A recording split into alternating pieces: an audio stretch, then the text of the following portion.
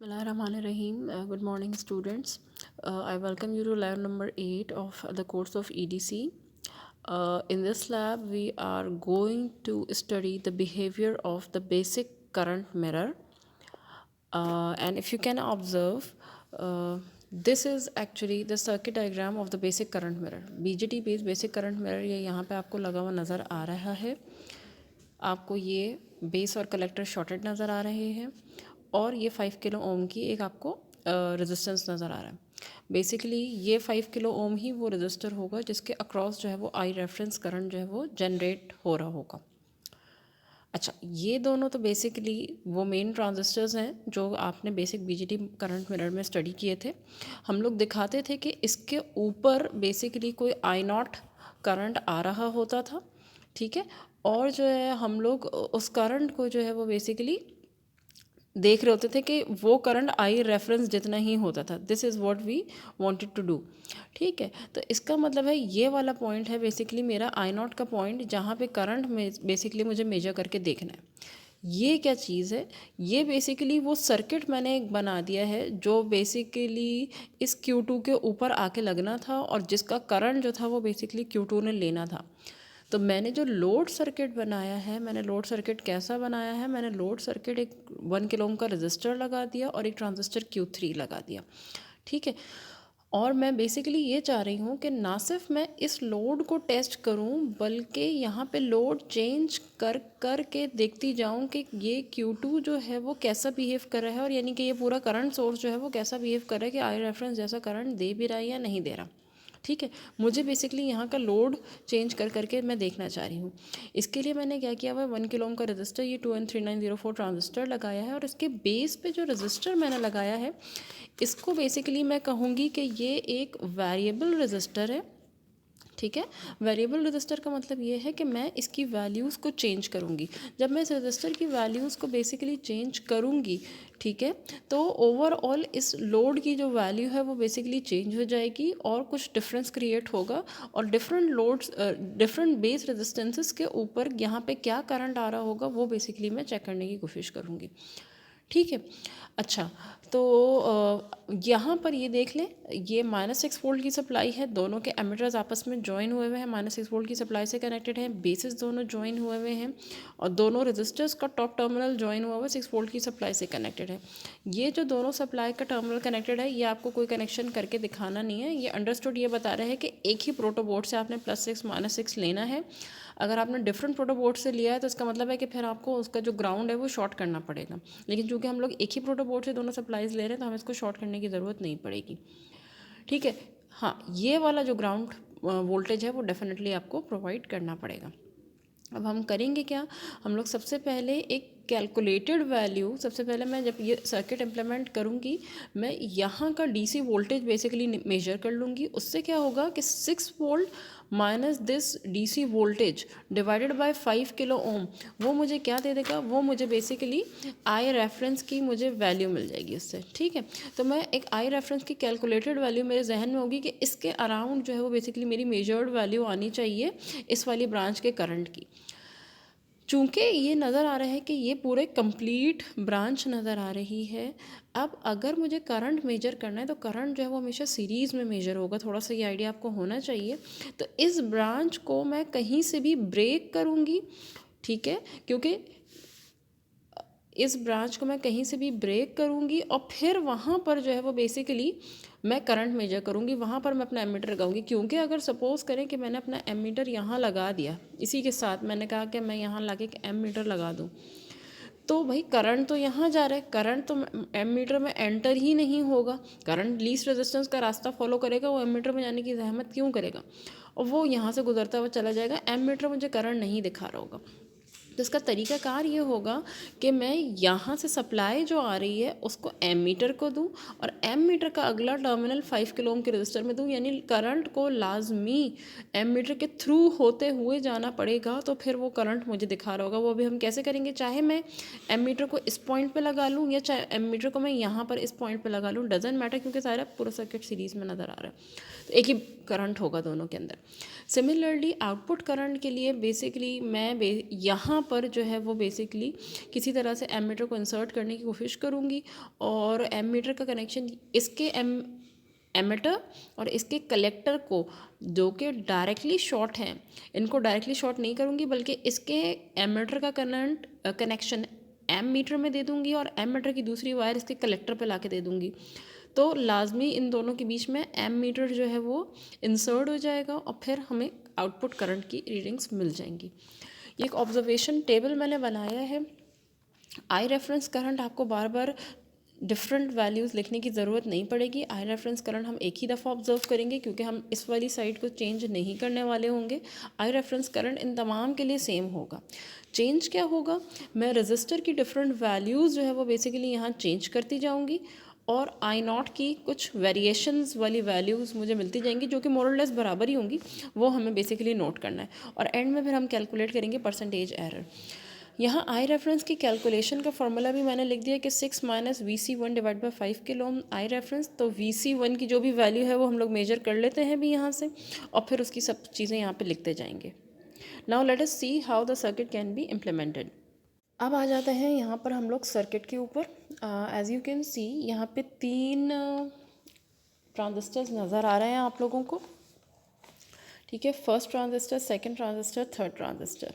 ठीक है, ये आपकी 1 किलो ओम वाली रेजिस्टेंस हो गई, ये आपकी 5 किलो ओम वाली रेजिस्टेंस हो गई। दोनों को बेसिकली मैंने कॉमन कर दिया है और जो है वो पॉजिटिव सप्लाई से कनेक्ट किया हुआ है। ठीक है, ये जो 1 किलो ओम वाली रेजिस्टेंस है वो बेसिकली इसके पहले ट्रांजिस्टर के कलेक्टर से आके कनेक्ट हो रही है। इसी ट्रांजिस्टर के बेस के ऊपर हमें नज़र आ रहा है कि ये वाली जो रेजिस्टेंस हमें नज़र आ रही है, ये रेजिस्टेंस आ गई बेस पे और ये जो कनेक्शन आ गया, ये ग्राउंड का वोल्टेज आ गया, ये ग्राउंड से कनेक्टेड नज़र आ रहा है आपको। ठीक है, ये ही बेसिकली वो रेजिस्टर होगा जिसको मैं बार बार चेंज करके डिफरेंट वैल्यूज़ के ऊपर करंट की वैल्यू नोट करूँगी। ये जो 5 किलो ओम का रजिस्टर था, 5 किलो ओम का रजिस्टर ये बेसिकली मैंने थोड़ा दूर लगाया था। तो मैंने क्या किया, ये जो कलेक्टर टर्मिनल है इस ट्रांजिस्टर का, इसको यहाँ से शॉर्ट कर दिया है मैंने। 5 किलो ओम इसके कलेक्टर से शॉर्ट है। एट द सेम टाइम हमें ये भी नज़र आ रहा है कि इसका जो बेस टर्मिनल है इस वाले ट्रांजिस्टर का, वो भी बेसिकली जाके इसके कलेक्टर से शॉर्ट हुआ हुआ है। तो हम लोगों ने देखा सर्किट डायग्राम में बेस और कलेक्टर टर्मिनल्स शॉर्ट हैं, वो यहाँ पे शॉर्टिंग प्रोवाइड की हुई है। दोनों ट्रांजिस्टर जो बॉटम वाले थे उनके एमिटर टर्मिनल्स को शॉर्ट कर दिया गया हुआ है। ये वाला ये ग्रीन वायर से शॉर्ट किया हुआ है और इन दोनों के ऊपर ये -6 वोल्ट का कनेक्शन दिया हुआ है। -6 वोल्ट जो है मैं ऑलरेडी सेट कर चुकी हूँ। ठीक है, फिर ये जो नीचे वाले दोनों ट्रांजिस्टर हैं ये बेसिकली हमारे करंट मिरर के बेसिक ट्रांजिस्टर्स हैं। इन दोनों की बेसिस को ये मैंने पर्पल वायर से शॉर्ट किया हुआ है। ठीक है, और मज़ीद ये कि इस वाले ट्रांजिस्टर और इस वाले ट्रांजिस्टर, इसका एमिटर और इसका कलेक्टर, ये दोनों भी आपस में इस ब्लैक वायर से हमें शॉर्टेड नज़र आ रहे हैं। हमें करना ये होगा कि ये जो मैंने ब्लैक वायर लगाई हुई है, या तो मैं इस ब्लैक वायर को हटा के इस बीच में एमीटर लगा दूँ। ठीक है, पूरी ब्लैक वायर निकाल दूँगी, एमीटर को यहाँ पर और यहाँ पर लगा दूँगी। तो अब करंट लाजमी एमीटर से गुजरता हुआ आ रहा होगा, मुझे जो भी आई नॉट करंट होगा वो मुझे यहाँ से मिल जाएगा। दूसरा काम मैं ये करूँगी कि मुझे जो आई रेफरेंस करंट मेजर करना है उसके लिए ये और ये दोनों आपस में एक ही लाइन में कनेक्टेड नज़र आ रहे हैं। मैं इसका कनेक्शन हटा के किसी और जगह लगा दूंगी, थोड़ा सा नीचे करके यहाँ लगा दूंगी और फिर यहाँ से लेके इन दोनों के दरमियान में एमीटर कनेक्ट करूँगी तो मुझे आउटपुट मिल जाएगा। Let us first of all try to measure the voltage at the collector of this transistor.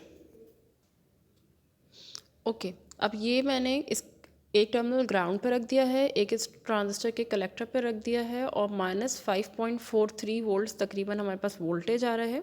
We can calculate I reference. अब आप देख सकते हैं कि VC1 की वैल्यू -5.45 आई थी। ठीक है, तो मैंने क्या किया, 6 माइनस -5.45 5 किलो ओम से डिवाइड करा। ये तकरीबन जो है 2.4 मिली एम्पेयर के करीब आ रहा है आई रेफरेंस। ठीक है, अब हमारा आई नॉट जो है वो बेसिकली इसी के करीब आना चाहिए। चूँकि ज़ाहिर है हम लोग ये काम कॉपी पेंसिल पे नहीं कर रहे हैं, प्रैक्टिकल वर्क कर रहे हैं, तो यकीनन इसमें थोड़ी सी जो है वो डिफरेंस आ सकता है। ठीक है, let us see it one by one. मैं बेसिकली इस वक्त कुछ वैल्यूज़ लिख देती हूँ बेसिकली, जिनके ऊपर जो है वो रखते हुए मैं आई नॉट कैलकुलेट करूँगी। ये बेसिकली बेस के रजिस्टर की वैल्यूज़ हैं जो कि मैं चेंज कर करके सारी आई नॉट की रीडिंग्स को नोट करने वाली हूँ। ये सारे आपके पास रजिस्टर वैल्यूज़ आपके पास मौजूद होंगे। ठीक है, I will be changing these register values and will be noting the corresponding I not and I reference. अच्छा, आई रेफरेंस मैं एक ही दफ़ा नोट करूँगी और वो सबके अंदर एक ही दफ़ा लिख दी जाएगी। Let us see that. अब आप यहाँ पे क्लियरली देख सकते हैं कि ये वाली दोनों वायर अभी थोड़ी देर पहले यहाँ लगी हुई थी। मैंने क्या किया है, इन वायर्स को यहाँ रैंडम किसी भी जगह पे लगा लिया जो कि बेसिकली इससे दूर है, अब इससे कनेक्टेड नहीं है, लेकिन अल्टीमेटली इसका कनेक्शन होना इन्हीं दो वायर से था। तो अब मैं क्या करूँगी, मल्टीमीटर का एक टर्मिनल यहाँ रखूँगी और मल्टीमीटर का दूसरा टर्मिनल यहाँ रखूँगी और फिर मेजर करके देखूँगी कि करंट कितना आ रहा है। ये मेरा आई रेफरेंस करंट होगा। अब ये क्लियर नज़र आ रहा है कि मेरे पास ये करेक्शन मैंने कर दिया मल्टीमीटर का 2.41 या 2.4 के करीब आ रहा है।